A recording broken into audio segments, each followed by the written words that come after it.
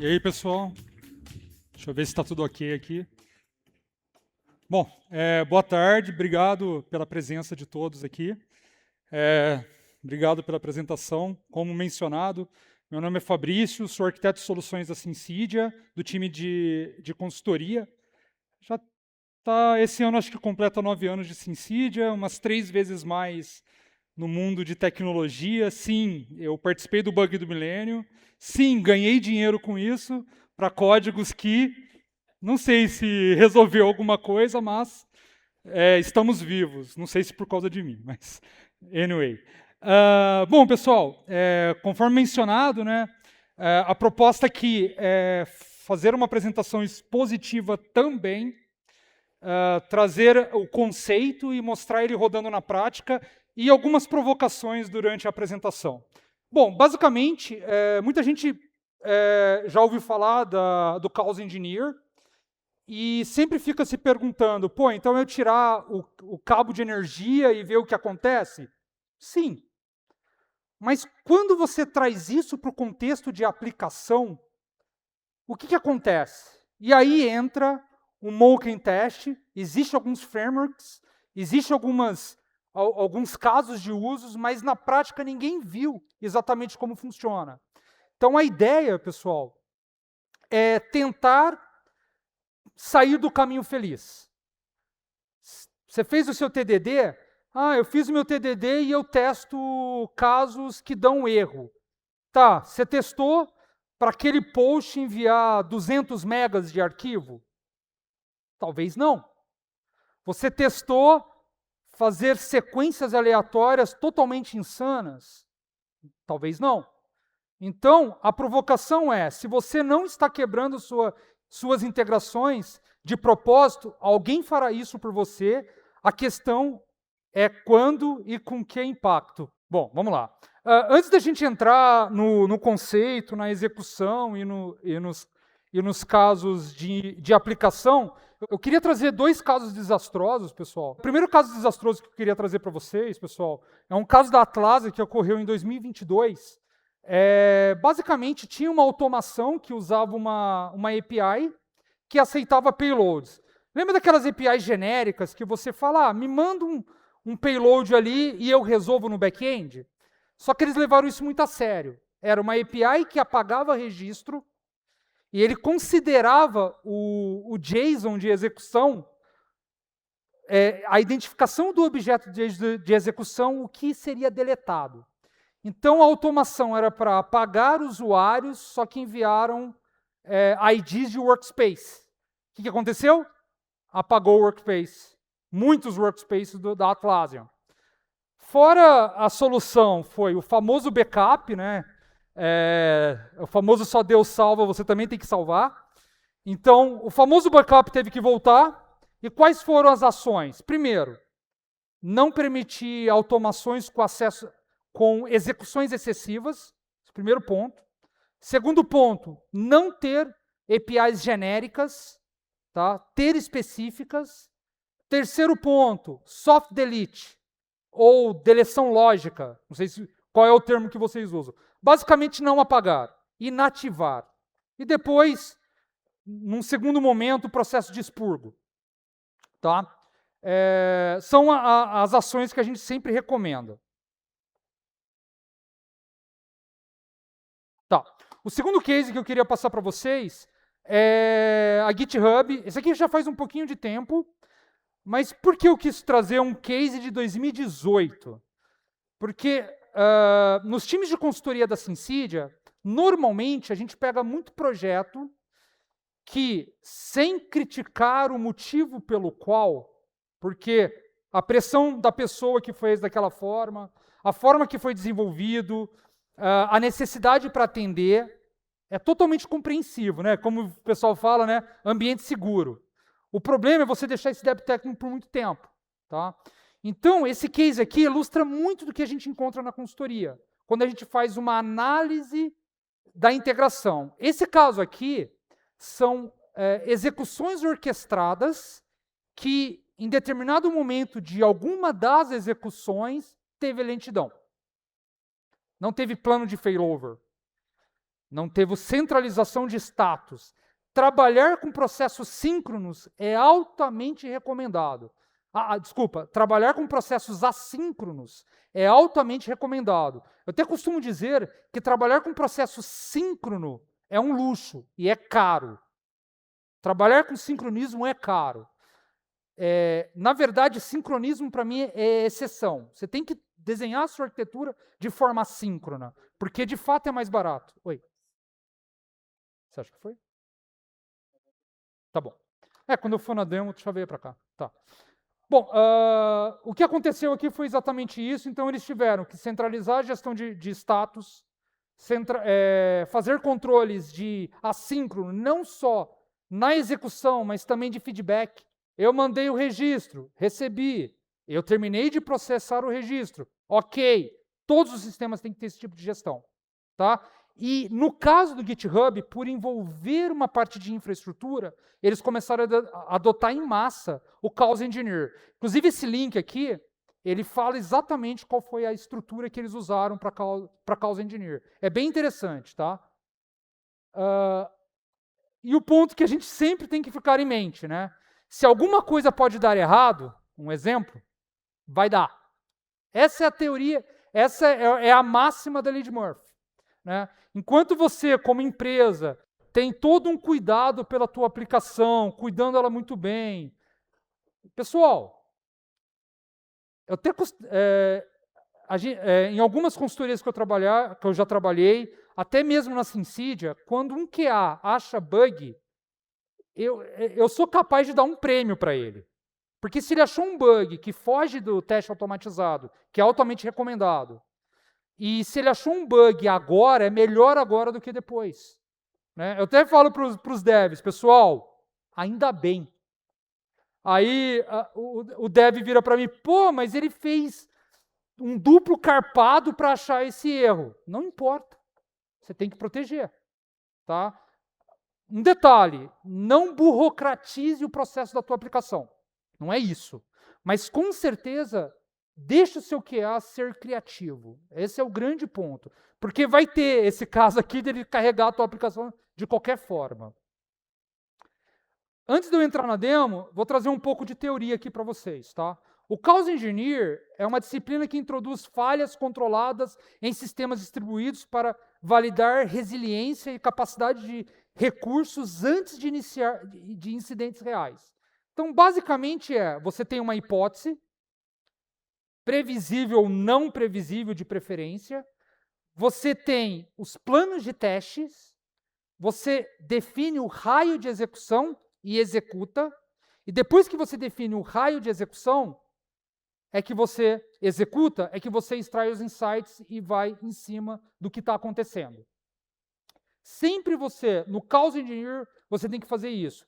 E por ele ser uma prática mais global, eu trago para vocês o Monken Test. O Monken Test é, de fato, a execução do teste em cima da prática da engenharia do caos. Tá? É a técnica de teste baseada em ações aleatórias, imprevisíveis ou fora do padrão esperado, utilizada para revelar falhas que normalmente não aparecem em cenários controlados, payloads inválidos ou inexistentes, chamadas fora de ordem, repetição inesperada de requisições, dados inconsistentes, consumidores que não seguem um contrato. Esse é um ponto importante, tá, pessoal? Não seguem um contrato. Todo mundo está no hype de IA, vamos usar IA, vamos usar IA. Pô, como eu jogo a minha API para IA utilizar? MCP Server, vou liberar, vou fazer o controle. Agora imagina o teu agente com a IA alucinar em cima do teu MCP. O que ele vai fazer? Se o seu contrato não está feito da forma adequada, ele vai alucinar. E, pasmem, tá, pessoal? Muitos dos projetos que a gente está pegando na Synsidia, desde o ano passado que a gente está mexendo muito com a gente, e agora a gente tem uma plataforma estruturada, que eu recomendo que vocês depois vão ali na Synsidia Universe para ver as demos do AI Gateway. Toda a proteção de prompt guard vai te ajudar muito. Mas, se você não libera o MCP com um contrato adequado, ele vai alucinar. Ele vai fazer requisições excessivas, gastar token excessivo para poder tentar descobrir o dado que ele está buscando. Tá? Mas um ponto importante, tá? A gente não, o teste tradicional não foi excluído do contexto. O que a gente está fazendo aqui é incluindo o teste aleatório. O teste tradicional você vai continuar caminho feliz, payload válidos. E quando você fala, pô, Fabrício, então eu vou testar só execuções que retornem 200. Não. Você vai continuar executando execuções de erro também, mas não de uma forma aleatória. Fluxos esperados, contratos corretos, cenários controlados. O Moken Test ele adiciona no teu contexto de execução comportamentos imprevisíveis. Essa é a grande jogada que eu espero que vocês coloquem no teu pipeline. O objetivo não é substituir segurança, contrato ou observabilidade. É revelar comportamentos inesperados. Pode chavear aqui para a minha máquina, por favor? Bom, qual que é a ideia aqui, pessoal? Deixa eu pôr para cima aqui. Qual que é a ideia? Eu desenvolvi uma aplicação, tá? Eu já publiquei já está pública, tá? Ela chama Pix API Monkey, tá? Já está pública, já tem tudo que vocês precisam para colocar essa aplicação para funcionar e como vocês fazem para executar. Essa aplicação, ela sobe uma API vulnerável, tá? Eu explico isso na documentação, no README. Então, ela sobe uma API vulnerável, que é essa aqui, tá? Então, eu propositalmente gerei erros nela. E eu coloco para vocês um OpenAPI completinho, está dentro também do repositório, que esse OpenAPI, ele é inclusive uma API que eu uso no processo de coleta de dados do Open Finance. Eu acho que quem trabalha com a parte do Open Finance, isso aqui é depois que você coleta e você expõe cartões de crédito, por exemplo. Isso aqui eu usei na Febramantec do ano passado, para demonstrar MCP. A ideia da execução, depois eu entro no prompt aqui mais no detalhe, é basicamente, eu passo para a ferramenta onde está o YAML e onde ela está hospedada. Isso para ele já é suficiente. Quando eu executo, primeira coisa que ele faz, eu vou deixar rodando, depois eu volto no prompt, tá? Primeira coisa que ele faz é identificar se o OpenAPI, né, o YAML, ele tem algum tipo de segurança. Se tiver, tudo bem. Se não tiver, tudo bem, porque ele executa mesmo assim. Ele vai verificar quantas operações, e em cima das operações, ele vai fazer a projeção de cenários. Então, olha só. Como eu mencionei, é uma API com 4 operações, ele fez 19 cenários aleatórios, mostra para mim o plano que ele vai executar de forma aleatória, e aí ele começa a execução. Só um adendo aqui, tem essas mensagens engraçadinhas, porque às vezes dá um delay, para vocês entenderem que ele está executando, eu jogo uma mensagem, tá? Mas enfim, não é da API não, ela vai jogar toda vez que demorar muito a execução. Porque por ele fazer teste que pode gerar lentidão no back-end, ele tem que mostrar que ele está trabalhando. Então ele vai executar, no final ele vai dar uma conclusão e vai gerar um relatório. Esse relatório, pessoal, ele vai jogar numa pasta, inclusive no projeto eu até falo, você pode até escolher o local que vai jogar o relatório, tá? Então ele vai mostrar um resumo executivo da execução. Essas recomendações, ele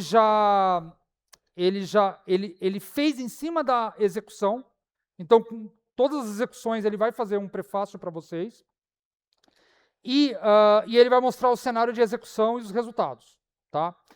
Isso aqui, sem spoiler, vou mostrar mais para frente. Eu estou indo um pouquinho mais rápido por causa do atraso do imprevisto. Inclusive, como plano B, eu tinha essa demo gravada, tá? Então, a outra execução, isso aqui é uma API real. É a API de cartão de crédito do Open Finance, com o contrato do Open Finance, tá? Isso aqui já é real. O único detalhe que é interessante aqui é que a ferramenta ela está preparada para receber Client ID e Client Secret. Tá vendo? Pode tirar foto, eu vou desabilitar esse Client Secret, tá? Espero ser mais rápido do que vocês. Mas ele identificou 4 operações, 7 cenários gerados. E aí ele vai executar. Né?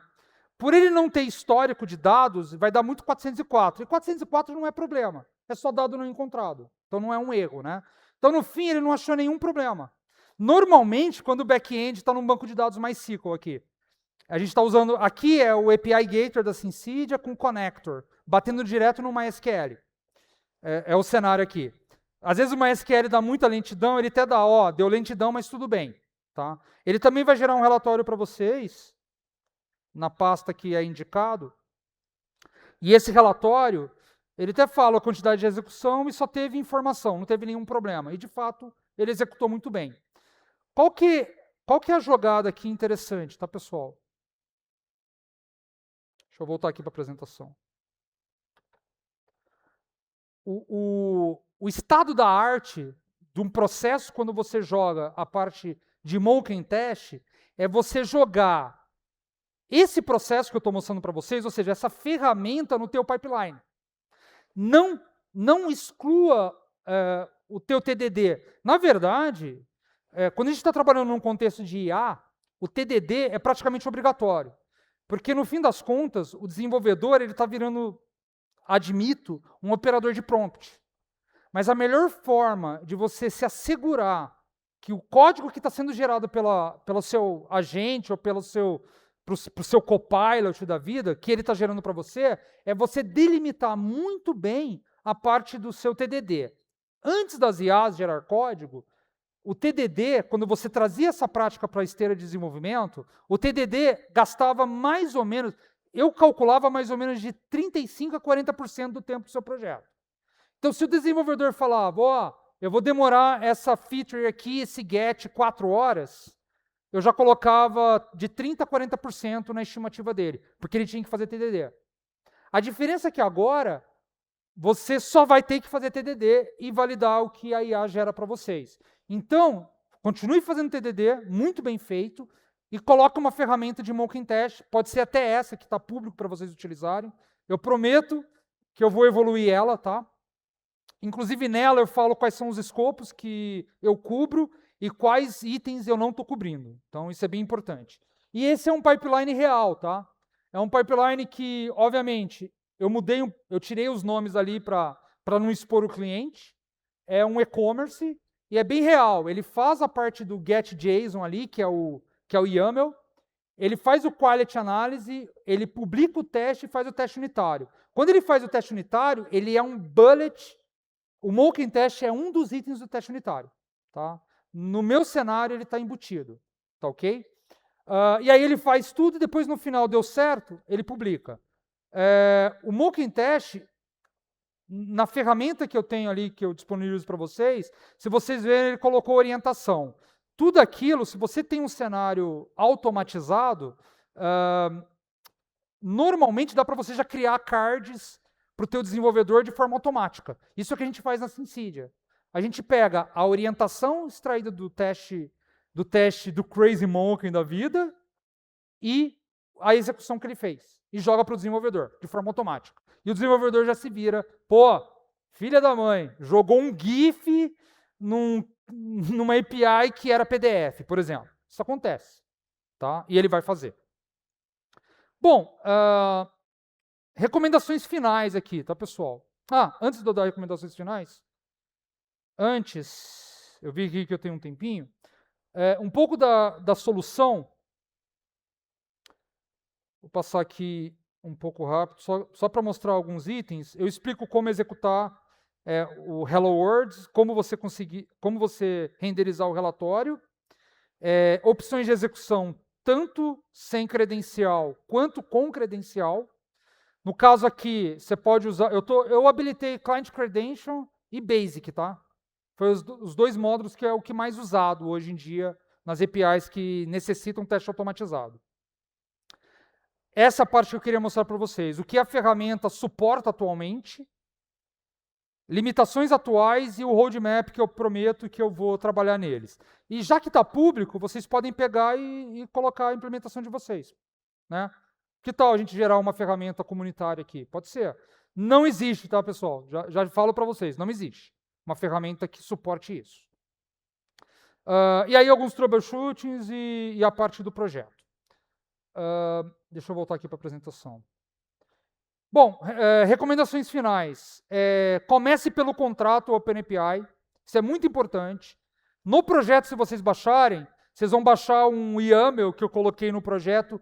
É o contrato que eu acho que é o melhor contrato feito. Tá? Então, eu estou colocando meu nome na frente aí. Vocês vão ver que tem exemplos de request, exemplos de response, todos os status codes suportados, autorização embedada no YAML. É o contrato que eu acho mais adequado. Inclusive, aquela API é usado como MCP em alguns projetos da SimCity. Tá? Esse item aqui já é praticamente 50% antes de você começar um mocking test.